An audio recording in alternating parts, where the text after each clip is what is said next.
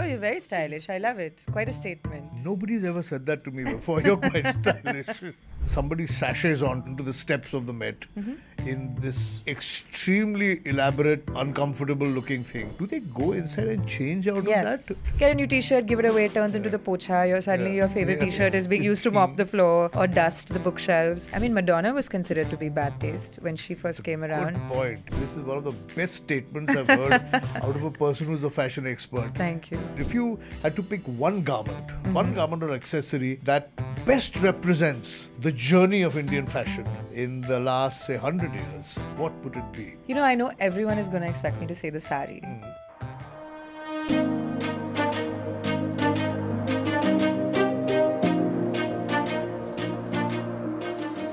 Hello and welcome to A Century of Stories, powered by IDFC First Bank, now recognized by Forbes among the world's best banks of 2025. Here, we don't just chart India's history through milestones and maps, but through the fabric of our lives, sometimes quite literally.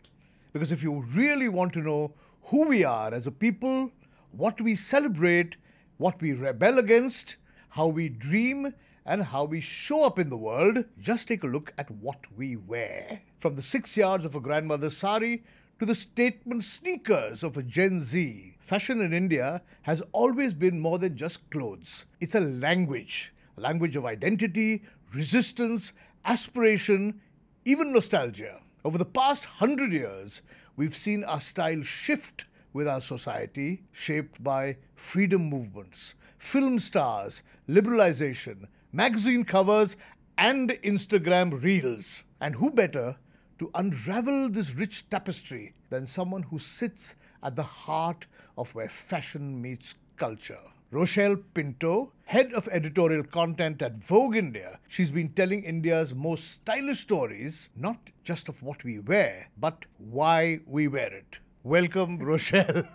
Thank you. That was quite the introduction. Quite an introduction, no? Yeah. Yeah. It's two parts. One is this long introduction and two is this strange... Long title? No, it's this strange feel of intimidation that I feel when I'm with the fashion expert, someone who's looking wonderful, turned out beautifully. Thank you. And unlike my... Oh, you're very stylish. I love it. Quite a statement. Nobody's ever said that to me before. You're quite stylish. At least I can say something that no one's ever said to you before. So Which is true. I'll take that. Thank you. And I'm very, very... Okay, so instead of starting from history, like we normally do in the show, let us start with today. Okay, so Gen Z's taken over. Why don't you tell us what is hip today? How badly out of fashion am I? So what's happening in the younger generation today? I mean, you look comfortable, and Gen Z is all about comfort because they wear their tracksuits and hoodies everywhere. So so this is your version of the tracksuit and hoodie. Yeah. What's hip today? What's hip today is perhaps feeling comfortable in whatever you wear and not really following dress codes. I think that those have gone out the window because, as I said, Gen Z is wearing their tracksuits everywhere, to the office, to the gym, to college. You're right, because this comfort thing, even I have noticed. And as an old man, I'm going back into time. And let me just give you a little example. Okay? Listen, I'm sure your wardrobe, by the way, would be the wardrobe because Gen Z is all about vintage and all about archival. So for all you know, you have some greatest hits in there that they would love to take and repurpose. Of course, they'd cut it, slice it, and add some rhinestones. Yeah, but they would be more than happy to add some rhinestones. Just like my those really. I mean, I get very attracted to stones. Right. Okay. Precious stones or precious pebbles stones? Or what are we talking? No, not pebbles. Precious shiny things. Right. Yeah? Okay. Unfortunately, I can't wear all that because who said so? I just think I'd look ridiculous, or like an old Maharaja I'd look if I wore. Being a Maharaja is back. Haven't you seen Diljit at the Met Gala? He played. You're right. The Maharaja of Patiala, yes, he brought that back. Yeah. So you just have to think that, today I'm in Maharaja mode and wear whatever appeals to you. Yeah, but I do get attracted. That's why those shoes are like, I can't take my eyes off them right now, but they're really nice. Thank you. But the point I was trying to make is, and this is how comfort, as you call it, has changed things. In the old days, when we were younger, if I was taking a flight anywhere, and if you were traveling in a slightly better class, not economy, you were going business, you would always dress up. I have, in my early days, would wear a jacket and go, because you even to fly on a normal plane. Absolutely. My grandfather would go in a jacket and tie, to the airport. Right. today we are going in night clothes to the airport. Yeah. So is I that agree. how comfort has sort of taken us? I think going it's over? become more accessible for sure, right? Flying, and one flies far more often than one did in the past. So I think it's not as easy with the hectic lives that we lead to always be so ready and so well put together. Sometimes you take multiple flights in a day, sometimes you take multiple flights in a week. So I understand the need to prioritize comfort over necessarily form. But I do think it's also led, and here I'm going to get into trouble because I am a little old school in my mind. I do think that the more casually we present ourselves, the more casually we behave in general, and the fewer sort of social niceties we hold, right? So if you see today, because everyone can move so easily, even before that seatbelt sign goes off, we've sprung up like toast in a toaster. And going where nobody knows. Yeah, exactly, and darting down the aisle as if we're able to get off first and our bag will come first. I'm not understanding the logic here. I do think that that's because people are too comfortable. If you were a little uncomfortable, if you had a suit holding you in place, or if you had to adjust your sari and delicately get up, you would just be a little more mindful of both yourself and of people around you. So I'm not sure being so casual and so comfortable all the time is a good thing, frankly. Yeah. No, but you made a very good point of how our clothing and the way we dress describes our attitude towards things as well. Absolutely. But so then, do you think that this fashion defines this generation in a certain sort of time in history? I think this generation has been launched into a world where they feel that everything is on fire.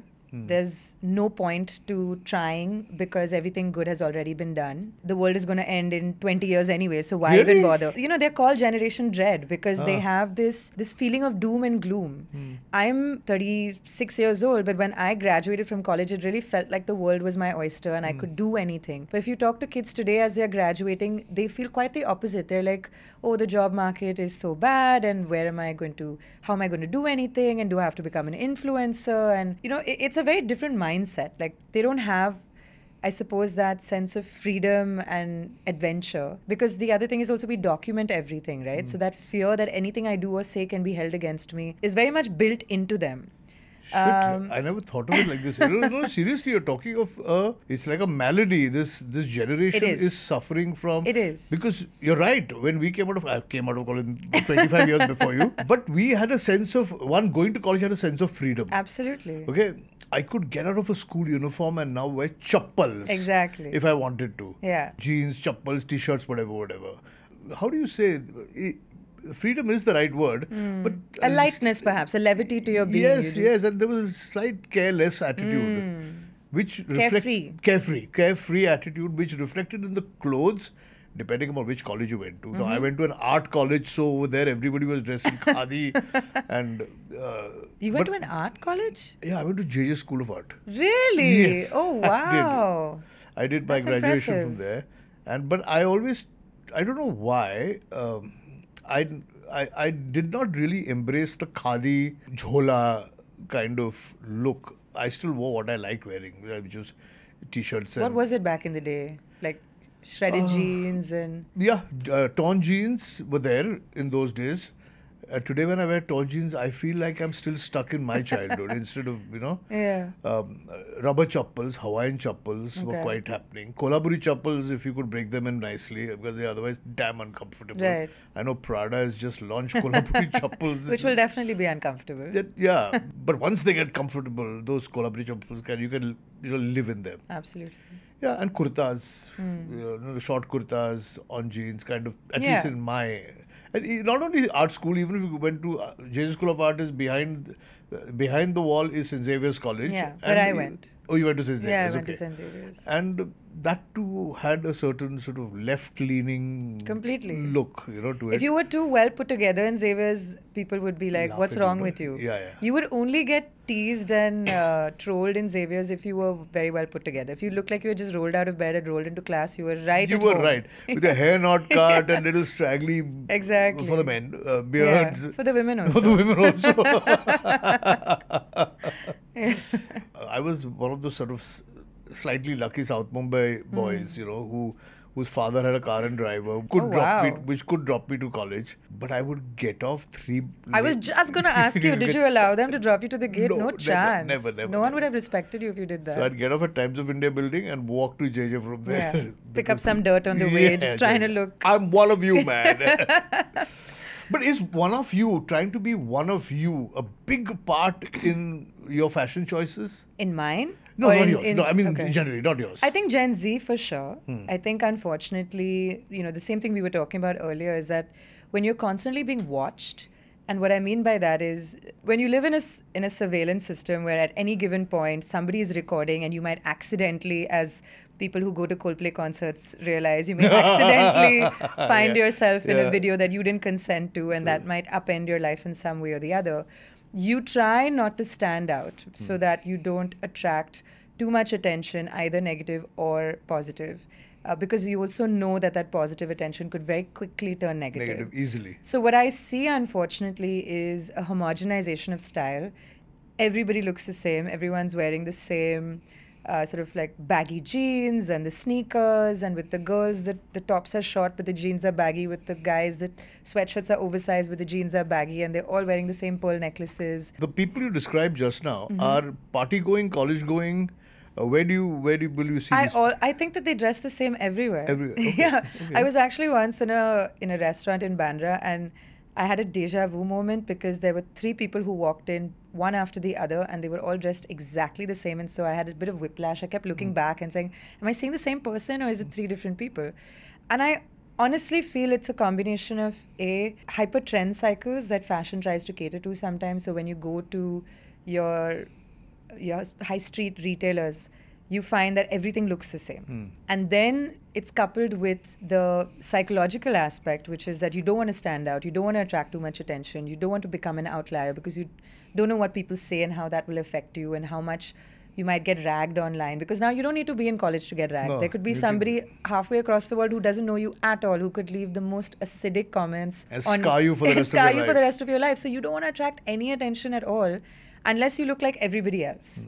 So I do think fashion is at a flashpoint where, fashion was always meant to be a form of expression. It was always a safe space for people to come and feel free to express themselves. And there was always a subculture within the larger fashion ecosystem that would accept you, whether it was goth, whether it was glam doll, whether it was Barbie core, whatever. There was a little space for everyone. And I do think that maybe the time has come for fashion to stand up and be that for people again. All these trends that you said, goth or Barbie or whatever, did you see them happening in India as well, or was it still a Western concept? No, absolutely, in its own way. Maybe Barbie core not as much, but I think what Barbie core did was give women the permission to embrace hyper-femininity, where for the longest time, if you presented yourself as hyper-feminine, you were automatically dismissed as being somebody who cared too much about silly things. And then when the Barbie movie came out, and that whole speech that America Ferrera, I forget her name in the film, but that whole speech she gives about how difficult it is to be a woman and how you have to walk this tightrope to be taken seriously, but to still have the freedom, but you don't really have the freedom because people are judging you all the time. So I think that gave women the freedom to feel comfortable with their femininity to a degree, at least young girls. So goth was always a thing. I mean, if you go to Xavier's, you'll always find that group of black nail polish somewhere. And headbanging in a corner. I mean, I feel sad that we don't have any more live music venues. So unfortunately, music culture, which helped shape a lot of fashion. This is this is Rang Bhavan, which is right next to St. Xavier's College, was shut down because you can't play loud music 100 meters from an educational institution. A whole auditorium, open-air auditorium, where we spent years listening to Indian classical music. And half of Xavier's was forever there. So it was, it made no sense. Horrible.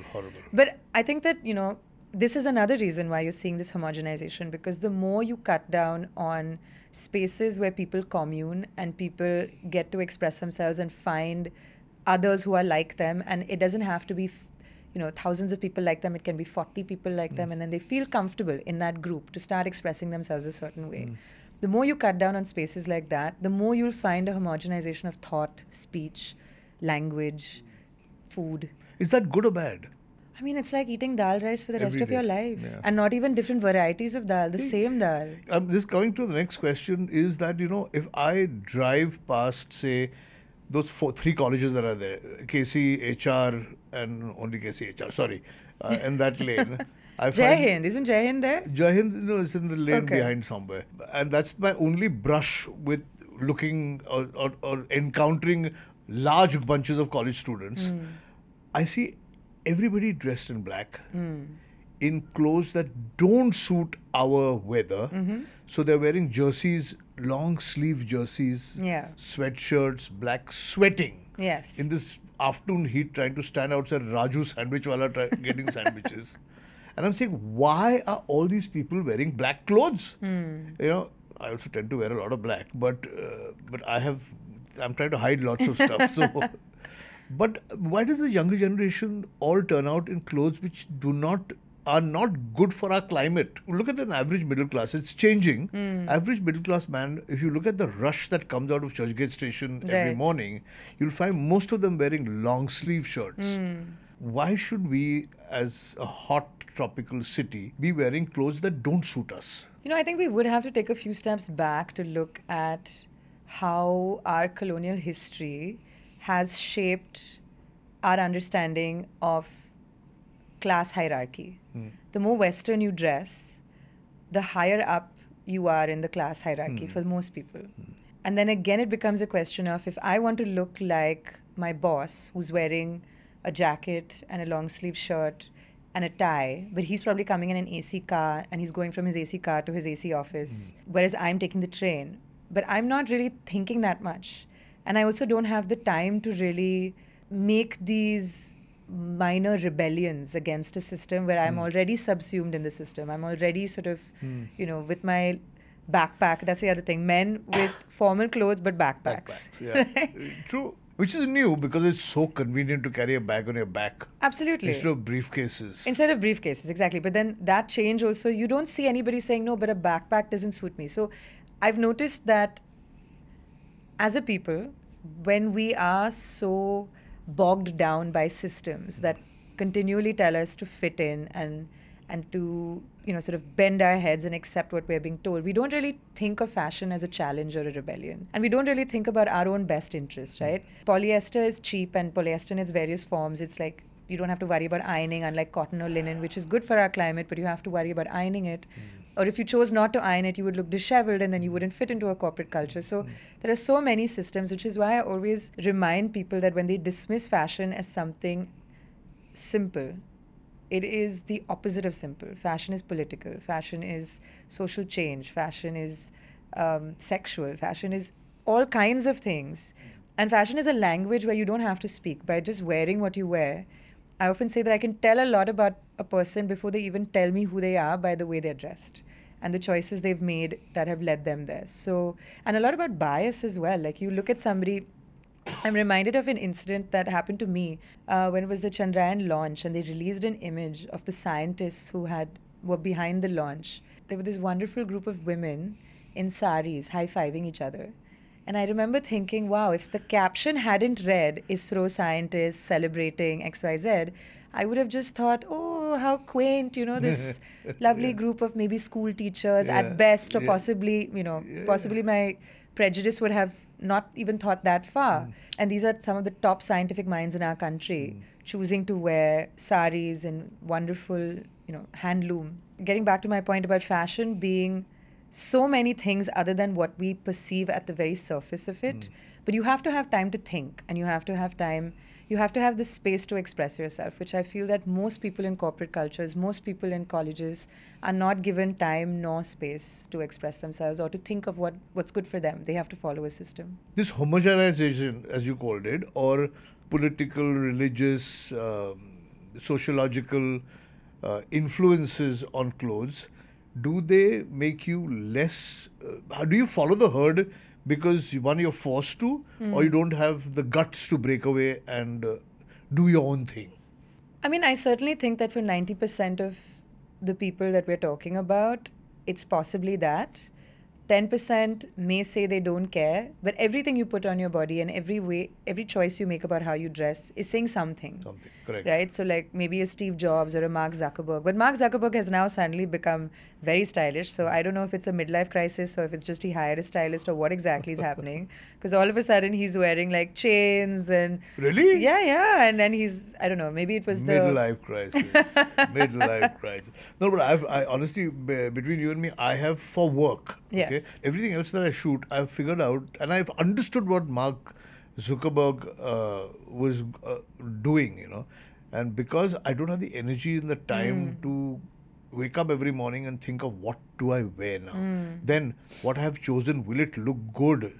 3, how is my stomach going to look in it? So I just decided that when I'm shooting at work, I will just wear black t-shirts so I don't have to think at all. Fair.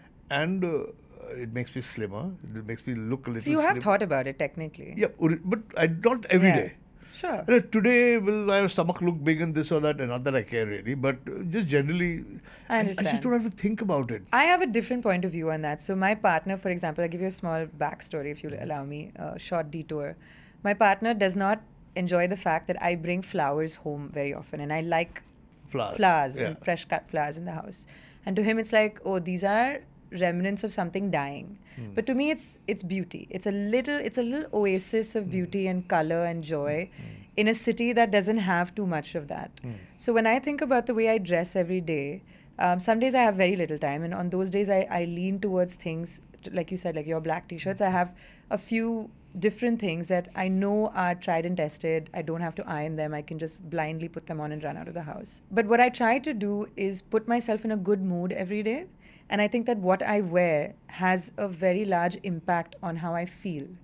And how I feel affects the people around me, because I also happen to lead a team. And if I'm not feeling good, then they're not going to possibly have a good time that day. Because So the way I dress, not only do I think of how I'm representing myself to the world, but I'm also thinking about the impact it has on my mind, my emotional state, how easily I can move through the world. And sometimes when I have to look a little more ferocious than usual, then I have to ensure that my clothes give me that extra level of fierce. Or if I have to feel more approachable. I think we all do that at a certain level. Absolutely. And whether you are a CEO of an organization or whether you are lower down in the hierarchy, you still, I think dressing and personality, mood, feeling good about yourself is all sort of important, isn't it? Exactly. And I also hate to do what everyone else is doing, as my shoes probably have already indicated to you. So I like to stand out a little bit. Yeah, and why not? And one why should. not? One should. Yeah, exactly. It brings in your own little personality and all that. Thank you. Speaking from standing out, and speaking of what you mentioned earlier, the Met Gala, which we've all been witness to in the last few years, because more and more Indians are taking part in the Met Gala. Sure. I can understand, being a creative person, I can understand the idea of wanting the freedom to express yourself through what you're wearing and what your designer is thinking, which is a question everybody's going to have, okay? You are displaying clothes, and it happens even on a ramp, fashion shows, of clothes that are quite unwearable. They're out there to, I don't know, I mean, you're wearing metal skirts and all. Yeah. It's, first, what is the Met Gala or any other such gala about? What importance does it hold? And what's the objective of all this? Okay. I'm very happy that you asked that question, and you also linked it to Fashion Week, right? And what people wear on the ramp. So the Met Gala is essentially a fundraising event for the Costume Design Institute that is part of the Met. And what Anna Wintour did very well a few years ago is she realized that the more eyeballs you get to an event, the more people want to be a part of it. And of course, the more money you raise. And every year we break records with how much money is raised for the Met. And the idea is that if you're wearing the same boring old gown and the same boring old tuxedo, the eyeballs are not going to last. And there is no anticipation. What is this person going to wear? What is that person going to wear?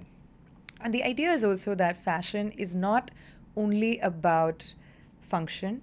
It is about the heights of human creativity. It's about construction. It's about design, it's about imagination taking flight. And because you can't do that every day, because it's not possible in the quotidian, can you have one day in the calendar year that you can just go nuts? One day where you can just let your freak flag fly, essentially. And the idea is to show the heights of fashion, because you, of course, have couture and fashion, which is truly magical. It's like what the human hand is capable of creating. One doesn't see on a day-to-day basis. So this is not about blending in. This is about inspiring people and really helping them understand what we're capable of creating. It's like art, art that is worn on human bodies.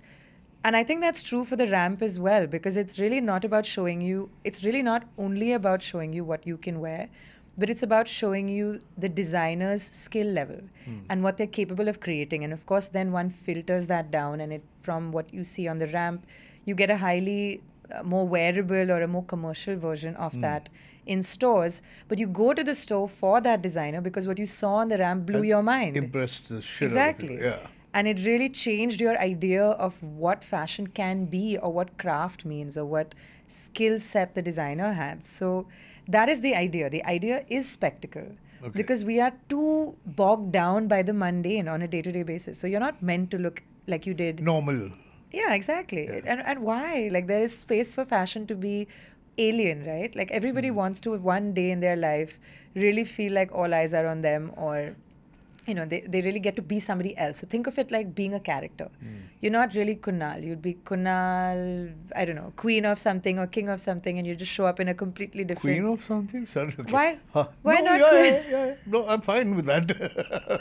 What I mean to say is that you can be anybody you want to be. You can step into a character that day and really take on a narrative that has nothing to do with Tell who me you one are. thing, I'm dying to know this, okay? So somebody sashays onto the steps of the Met in this extremely elaborate, uncomfortable looking thing. Do they go inside and change out of that? Or do they sit like this in the auditorium, the dining, on the table? No, very often. So the thing is that there are no phones allowed inside the Met. There's no photography except for Vogue's official photographers. So most times when they go inside, they either change or parts of that garment come off and it becomes far more accessible inside. So Tyla, what she wore, I think, last year, she couldn't even walk up the steps. I don't know if you saw that video, but she had to be hoisted up the steps. Someone held onto her waist and lifted her.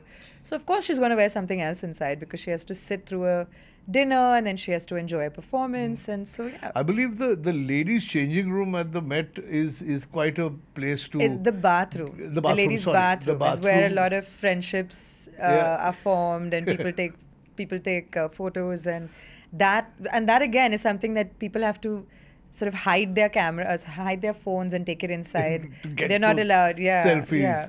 But I just think it's created this universe that people are so fascinated by, and it gives everyone something to look forward to, and I think that's very special. How are Indians representing themselves or their countries at the Met? You think there is more scope to be more Indian, to show off our fashions, or to just be predominantly Western looking when you get onto that sort of... I think everyone does it in their own way. Of course, every Met Gala has a theme, and you have to fit the theme. Now, your version of that theme could be whatever you want it to be. So I think last year the theme was botanical, and so you had Alia Bhatt in her beautiful Sabyasachi sari that was, I think 8 meters, 9 meters long, just the train, and it was embroidered with flowers and butterflies, and that was beautiful, and she decided to wear a sari.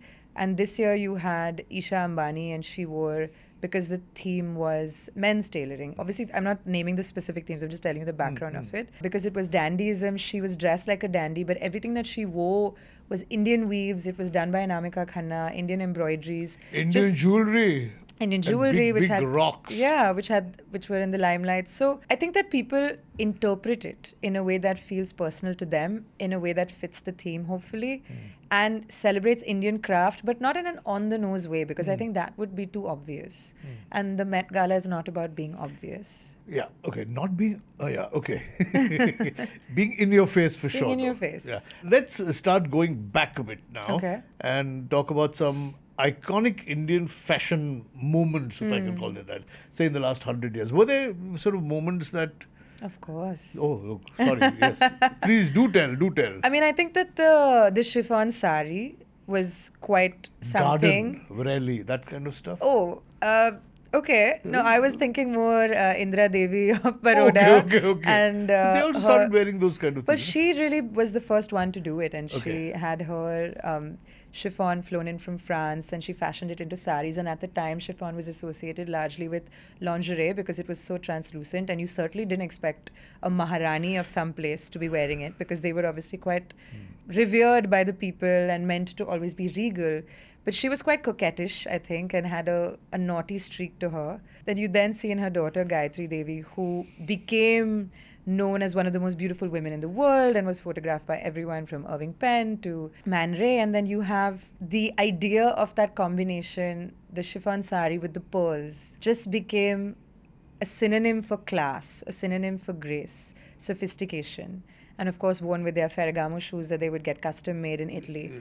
So this whole idea of what we today see, the royals of Rajasthan with their beautiful chiffon saris was really... They still wear chiffon saris. They still do, and they still look incredible. And it really does come down to these two women who made it so popular. So I would say that was quite a moment. I'm reading Manto's short stories again, and in one he describes, in a story called It Happened in 1919, he describes the moment where people were burning their foreign silks and because this is pre-independence, and how the freedom fighters at the time were encouraging people to make in India and wear local. And so there were huge bonfires everywhere, and people would throw their silks that were imported into the bonfires. Imported clothes were being burnt. Exactly. And so I just think that must have been quite a pivotal moment where we start to look at our own country and what we are capable of producing and use it as a political tool, because at that time they were trying to starve the English mills. Yes, absolutely. But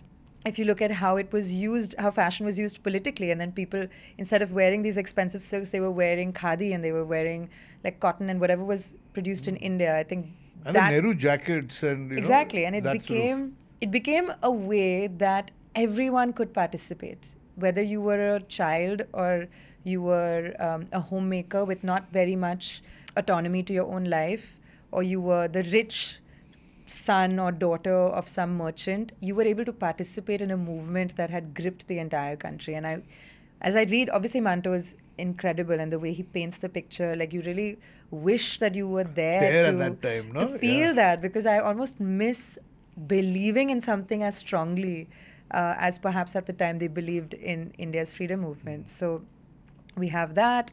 And I think then, the moment that denim first appeared on screen, you know what I'm talking about. And it must have had quite an impact at the time. It did. I was very young, but I remember denim first coming. Faded jeans being a very big thing. Really? And because we did not have faded jeans, you'd take chalk. What? And you rub it on your thighs so that it Really? looked faded, yes. So that Oh my gosh, I didn't know this. I'm learning about this for the first time. And a lot of 8, 9 standard, 10 standard children in those days got... some were lucky to have Levi's imported from abroad. Right. But we bought our... literally in Mumbai there were 2 shops called K. Davies in Colaba. Okay. And Davies Sons, which was the first place where you could buy jeans. Wow. There was a shop called Jean Junction. That sounds about right. And the first, if I may get it right, the first jean brand that appeared was something called FUs. Okay.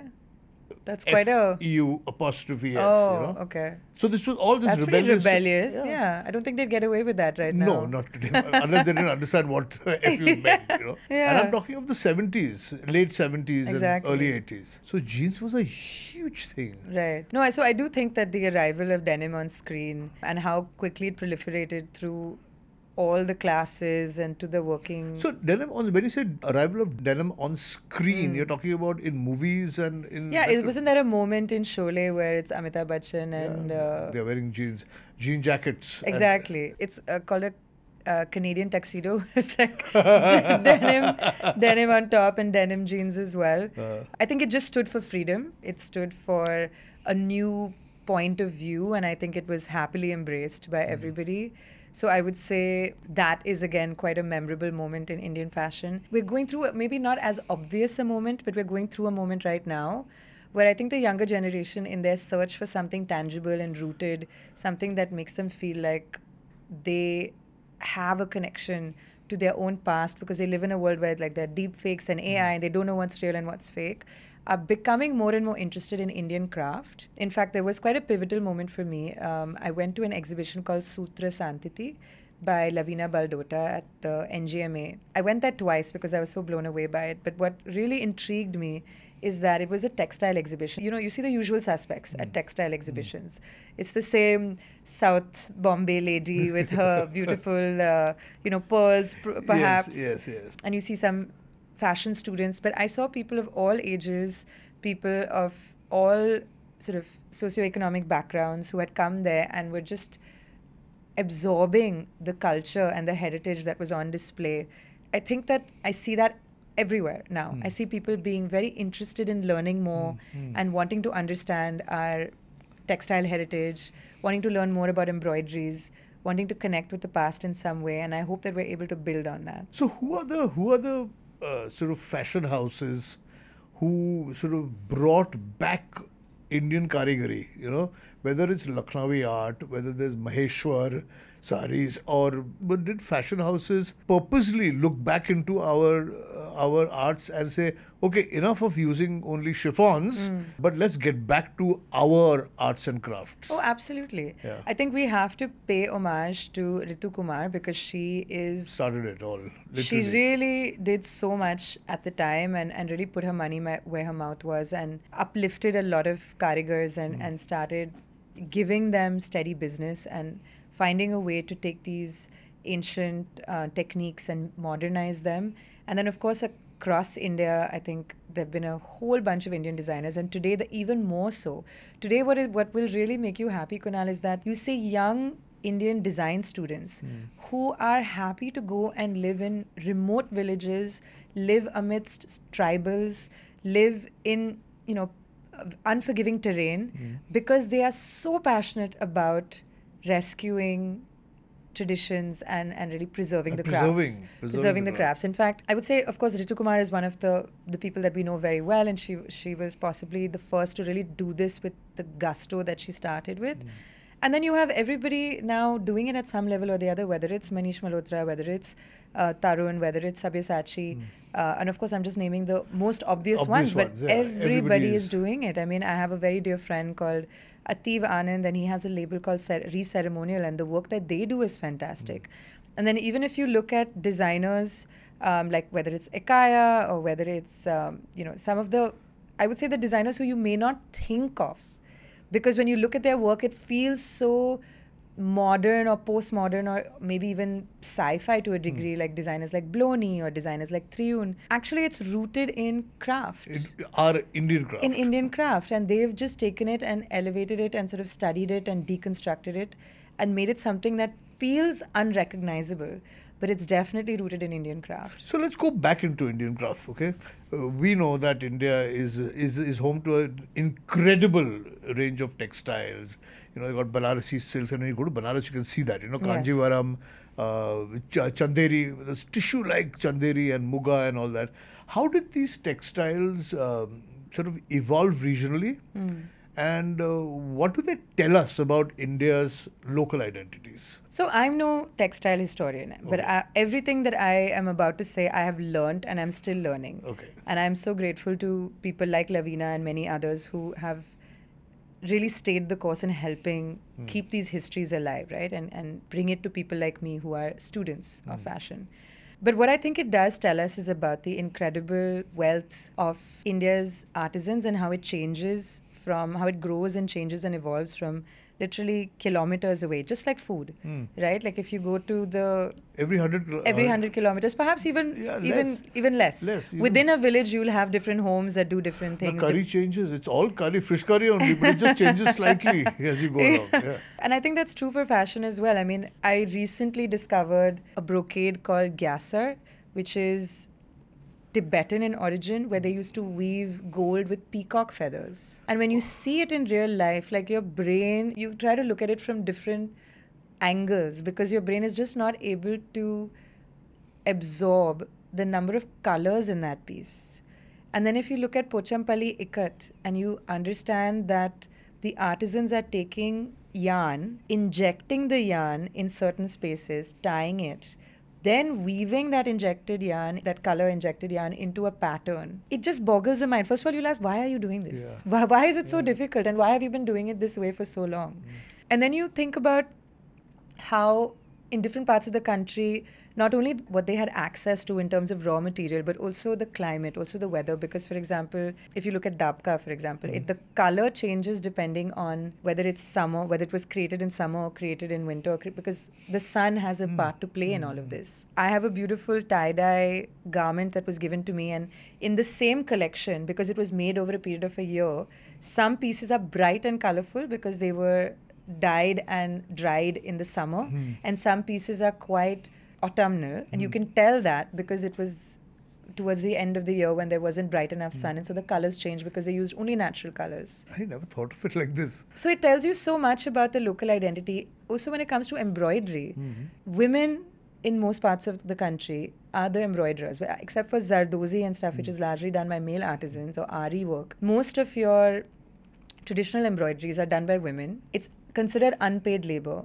But the most beautiful thing about it is these women embroider their personal histories in the embroidery. So they're telling stories. They're telling stories. So it's not just a flower. It is perhaps a flower that they noticed when they were walking to the well, and it was the flower of the season. And we're actually doing a story in the upcoming issue of Vogue of how, as women's lives change, what they embroider changes. And in fact, in one of the photos in the magazine, I hope you get a chance to look at it, you'll see in a village-scape, which is like everything that's happening in a village, you'll see in the center, there's a woman sitting at a desk on a computer. Because now computers have reached the village. Helping them design and no, whatever. It's just like this is life. Because they are embroidering so what they see around them. The embroidery has, in the center you'll see women tending to cattle and women looking after their children and women in the fields, and in the center is a woman on So they are not just karigars, they are literally artists expressing themselves on their canvas. I think this distinction between art and craft always being looked at as the poor second cousin to art really bothers me. Because if you look at the skill level and you look at the dedication and the creativity that this native intelligence has employed. They've not gone to fancy art schools, no offense to the... Right. I don't think JJ's fancy either. You know, this is something they've learnt by doing, and they apply their individual creativity to it, and they tell the stories of their lives through these tactile forms of expression. And to reduce that to something rural or reduce that to something that's not sophisticated, I think is doing it a great injustice. Let's get a little into sort of our traditional crafts and styles. Like Leheria, for example, and Bandhani are instantly recognizable, and they're also so rooted in tradition. How have these craft styles transitioned from traditional to contemporary wear? All our traditional styles. Is it sort of beyond saris and ghagras and all? Is it going? Oh, definitely. And I think that we owe a lot of credit to designers because they've understood that to help these crafts survive and to appeal to multiple generations, they need to also be in more accessible forms. And unfortunately, perhaps the lives we lead today, it's not possible to always wear a sari to work. Maybe you choose to wear jeans and a t-shirt. And that doesn't mean that you have to then divorce yourself entirely from your history and entirely from the crafts that you come from. So you do see, you know, bandhani, leheria, ikat, whatever it may, maybe it's transitioned into a print, because doing this manually, the way the craft is actually done, is rather time consuming and labor intensive. And so you should be paying the artisan or the craftsperson that much more. It's not always possible. But can I help somebody with not a lot of money develop an appreciation for it, where they can then, as their income increases, they will one day feel empowered and inspired to buy the original craft and help a craftsperson. It's a good way of looking at it, I must say. I feel like given the choice and given the means, everybody would support the crafts, right? But not everyone has the choice or the means. So can you at least engender an appreciation for it, that maybe they'll save up to buy a patola, or they'll save up to buy a paithani or a proper leheria when they can afford to. I try not to judge or I try not to dismiss people who buy the printed version because I understand that at least you're appreciating it, right? At least it's that and not a graphic t-shirt, or it's not something that can be mass produced. Yeah.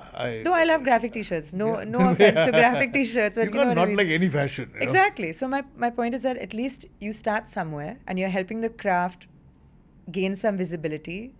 And by virtue of doing that, you know, like we talked about the Met Gala, the more visible something is, the more people feel they want to protect it. Fabulous. So now, sort of, let's move towards Bollywood. Yeah. Okay. I'm a bit like Mr. Amitabh Bachchan. I don't like the word, but let's move to the Hindi film industry or our Indian film industry. What kind of impact, say, from the 30s, has films had on fashion the way we wear them? I think film has led by creating trends, but film also has reflected the predominant trends of the time. I think that when you talk about the 1930s, I think at that point, the idea was to reflect how people dressed and not be too different because it was just the nature of the kind of films that were being made then.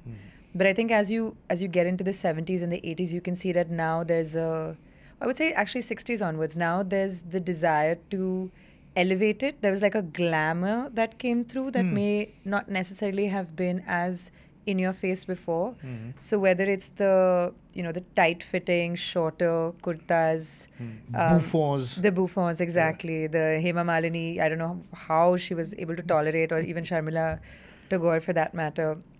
And right down to the beauty looks as well, like the exaggerated eyes. It started to lead instead of following, which is an interesting shift. And then, of course, you have designers, or rather you have, a Manish Malhotra, who is a costume designer, who comes in and then says, I want to look at how people are dressing abroad, and I want to bring a bit of that into India and not just look at very Indian fashions. But even in the 30s, 40s and 50s, Indian cinema was also looking abroad, wasn't there? Because while the ladies still wore saris, I mean, there are swimsuits in the 1930s, one-piece swimsuits. Okay. The men all dressed in double-breasted suits and, long collars with ties. What I meant to say is that they were looking at perhaps the upper class in India who dressed like dressed like Western fashion. Yeah. Because you're still talking about pre-independence India when you had everybody wore suits. Everybody wore suits, exactly, because of what we talked about earlier, which is the class hierarchy. If you dress more Western, then you're obviously higher. But what I mean to say is that, like, when Manish came into the scene and other costume designers around that time, they were looking at what young people on the streets were wearing internationally. They weren't looking so much at what the elites were wearing. Couture or whatever. Yeah, they were looking at how were people dressing in the streets of London or the streets of New York and reflecting that back to us.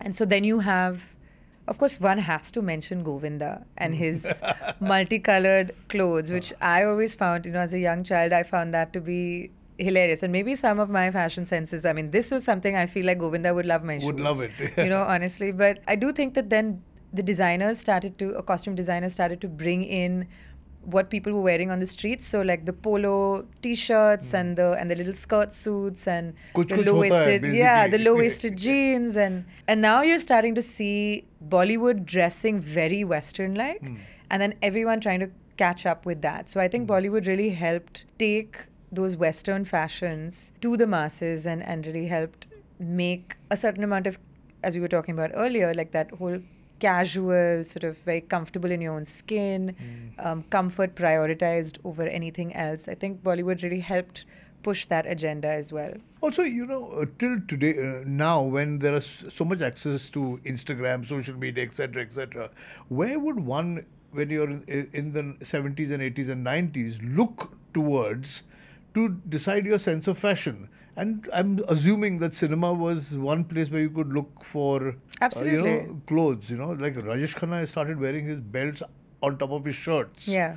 And kurtas became shorter and guru collar, what they used to call it. Right. There was just that one place, right? And everybody seemed larger than life because you could only ever see them on a giant screen. And so that fashion was really, I would say, forced down your throat in a way. And you embraced it because it was associated with glamour. It was associated with a higher living and with this dreamscape that cinema often is. I think cinema may have been the most powerful tool. And of course, at the time, politics as well. So the way that politicians dressed and the way that the royal class dressed, because they inadvertently were politicians. Speaking of politicians, do you find the politicians since the 90s have changed, even the 2000s, have changed their way of dressing? In the old days, when you saw white kurta with a topi, that's a politician, you know. Today you have politicians wearing silks and they wear colourful bangalas and, you know, the Shashi Tharoor who wears really odd combinations of colours. See, you know, Yuval Noah Harari is one of my favorite authors, and he always says that I want a politician who looks like human. Like human, okay. We don't want politicians without senses of humor. He says that. I think in India, politicians are a bit wary of making jokes. Ask me. I've spent my lifetime fighting this. But I think the idea is that I'm happy to see a stylish, well put together politician. Absolutely. I'm happy to see a politician who enjoys music and any kind of music, right? And or enjoys eating, enjoys theatre. Like, why do they only have to care 24/7 about one thing, and that's politics? I agree with you completely. I wish more politicians gave themselves the freedom to have fun with fashion as well. I think so. One is if politicians got younger, they would. But at the age of 80, 85, changing people's habits is a little difficult. Perhaps. But I think liberalisation must have played a huge role. Absolutely. You know? Not only in politics, but even in the whole fashion landscape of the 90s. Do you think liberalisation was a huge thing? 100%, because then you suddenly, and you know, there are two sides to this. Suddenly you have the markets being opened and being flooded by cheaper made foreign products, and of course like fabrics like polyester in all its forms, and also machinery that comes in that in many ways replaces the human hand. So there were good sides and bad sides to, well, okay, let's not be so didactic. I don't think good or bad. There were many effects that liberalization had. I remember, because believe it or not, I am older than liberalization, and I remember pre-liberalization it really being a thing to get a ready-made outfit. You would maybe get a ready-made outfit once in a year on your birthday, but for the most part you would go to your local tailor. Exactly. You bought fabric and you went to the tailor and stitched clothes. Even I did that. And then suddenly you have stores filled with like t-shirts and jeans, and the cost isn't prohibitive anymore and you can actually afford it. So I think it not only did it change the way we dress, but it also changed our consumption patterns. Suddenly we were not looking at things so dearly anymore, and we weren't thinking about cost per wear. We were like, oh, it's affordable. We can buy 3 t-shirts instead of just the one. And if it's fraying, we won't take it to the tailor to get it done. We might just get a new t-shirt. Get a new t-shirt, give it away, it turns into the pocha. Suddenly your favorite t-shirt is being used to mop the floor or dust the bookshelves. You know, I remember a whole street full of staff, you know, your home staff. Wearing Cathedral School is the sort of elite school in Mumbai. All old boys, Cathedral t-shirts. Everybody, all the house help is wearing Cathedral t-shirts, you know. So because the kids have all graduated and given the t-shirts off. Exactly. Which brings me to a question, is that do you need lots of money to be fashionable?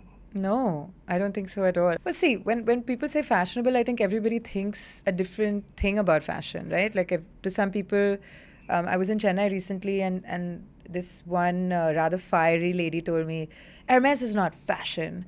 You know, Indian craft is fashion. And I thought, okay, that's a point of view. And I think fashion means different things to different people. I also remember reading in Serious Men, there's a beautiful line about how he tells his wife, the protagonist tells his wife, they're going to their sons, there's some felicitation ceremony at school, and she puts on her best sari, and to her the best sari is something with beautiful sequins and it's rather shiny, and he says, no, all the rich women come in handloom. So she's like, really? Like this, like ugly, boring, you know, like sort of dull looking thing, and he's like, yes, because if you wear something shiny and sequined, that just shows that you're nouveau, or you're a Christmas nouveau tree. exactly. So it just, all these little stories that tell us about how people perceive each other through fashion. So where do you draw the line? Because there will be people who will come garishly, gaudily dressed, you know. Anybody in its right senses would say this is tacky, and that person has, in a sense of freedom, worn these clothes. Nobody looks in the mirror and says, today I'm going to be unfashionable. You know, you come wearing this ridiculous... Some people do, but the person that you're talking about, if they're comfortable and they're enjoying themselves, I say more power to them. That's a good way of looking at it. Absolutely. For me, the most important thing, because you could be wearing the highest form of couture, and if you look uncomfortable, and if you don't feel like you're in your own skin, then what's the point? You're just wearing a costume. You're not really fashionable. So even if you're wearing, say, a sari which is not trendy right now, jewelry which is, again, not happening, plastic jewelry, for example, or maybe that's happening, makeup that is all wrong. But if you were carrying it off with panache and just your self-confidence, that's okay. I feel like everyone in the room is going to look at you and wish that they were like you. Yeah. Absolutely. That, in fact, could be as free as this Exactly, person. exactly. And sometimes, what people think of as in bad taste, it's actually the person is ahead of their time. And in a few years, everyone starts dressing like that. I mean, Madonna was considered to be bad taste when she first came around. Good point. Everybody thought she was very tacky, and then everyone started trying to dress like her. Same was said for Britney Spears. Same was said for many artists. I mean, Bowie was ahead of his time. He was dressing, he was bending all sorts of gender rules. So I do think that sometimes when we react quite viscerally to something that we think is in poor taste, it's just because it's making us stop and question. And I'm all for stopping and questioning. Yeah. I would rather that than just be a blind spot. Why be a part of the herd? Exactly. I mean, Govinda is a great example. Like what he was doing may have been considered all sorts of things. But I feel like you remember Govinda and you can see him in your eye, in your mind's eye. When I say Govinda, an image is conjured up, right? Immediately, yes. Exactly. Or Bapida. Yeah, there you go. Come on. I mean, I love Elvis it. could do it, why can't these Precisely. guys? So I sometimes feel that people who are accused of being tacky are perhaps ahead of their time. That's given so much, sort of power to everybody, this one statement of yours. Okay, so as we wind down this interview, I want to ask you a last question. Sure. If you had to pick one garment or accessory that best represents the journey of Indian fashion in the last, say, 100 years, what would it be? I know everyone is going to expect me to say the sari because it's the obvious thing to say. But I'm going to say it's the humble banyan. Banyan? Yes. Okay. Because I feel like... Do tell me more. I knew that you were going to be intrigued. I think the idea of wearing undergarments and like wearing in different communities, it's called different things, right? It was a sign of how well you had dressed yourself that day and how much you cared about not just fashion but also hygiene, because like men wore it under their shirts to absorb the sweat. And then suddenly you have Lux Cozy, where the banyan is no longer to be hidden. It's suddenly like a sign of hyper masculinity, and you are like wearing it everywhere. And then suddenly you see all these actors wearing the banyan, and then you see like an actor like a Salman Khan who then wears only the banyan and no shirt over it, and then you suddenly start to see it enter women's fashion in the form of vests and tank tops, and you see women wearing what is essentially the banyan shape. Only, same fabric. The same fabric. I mean, maybe it's ribbed instead of being thin. Correct. Maybe it's slightly thicker. And today, as you pass KC and HR, you'll see a lot of girls possibly wearing these black banyans. Black banyans. Yeah. It is the banyan which started off as a humble garment, perhaps by the working class. You'd see it being worn right from the farmer in a field to an office goer in a train, or a young college student, or the biggest actors in the country on giant billboards wearing the banyan. But you're right, because we have always, even before hosiery started, my grandfather, before he started wearing them, he used to wear a malmal sort of short sleeve kurta inside his shirts. Exactly. Because for hygiene, we live in a hot country, Exactly. So we've always worn an undergarment. And then Frenchie also did an ad with, Yeah, so I would give my vote to the humble banyan. I think this is one of the best statements I've heard out of a person who's a fashion expert. Thank you. And has given value to this banyan. Thank you. And then lots of value to our Indian sort of fashion history. Yeah. Thank you very much. I appreciate that. Thank you, Rochelle. It was a pleasure. Thank you. And I'm also finally now confident in what I'm wearing, because I know I can wear anything and I will not be judged. Absolutely. Absolutely. Thank you. Thank you very much. Well, that was Rochelle Pinto, and this was A Century of Stories India, brought to you by IDFC First Bank. Till the next time, it's bye.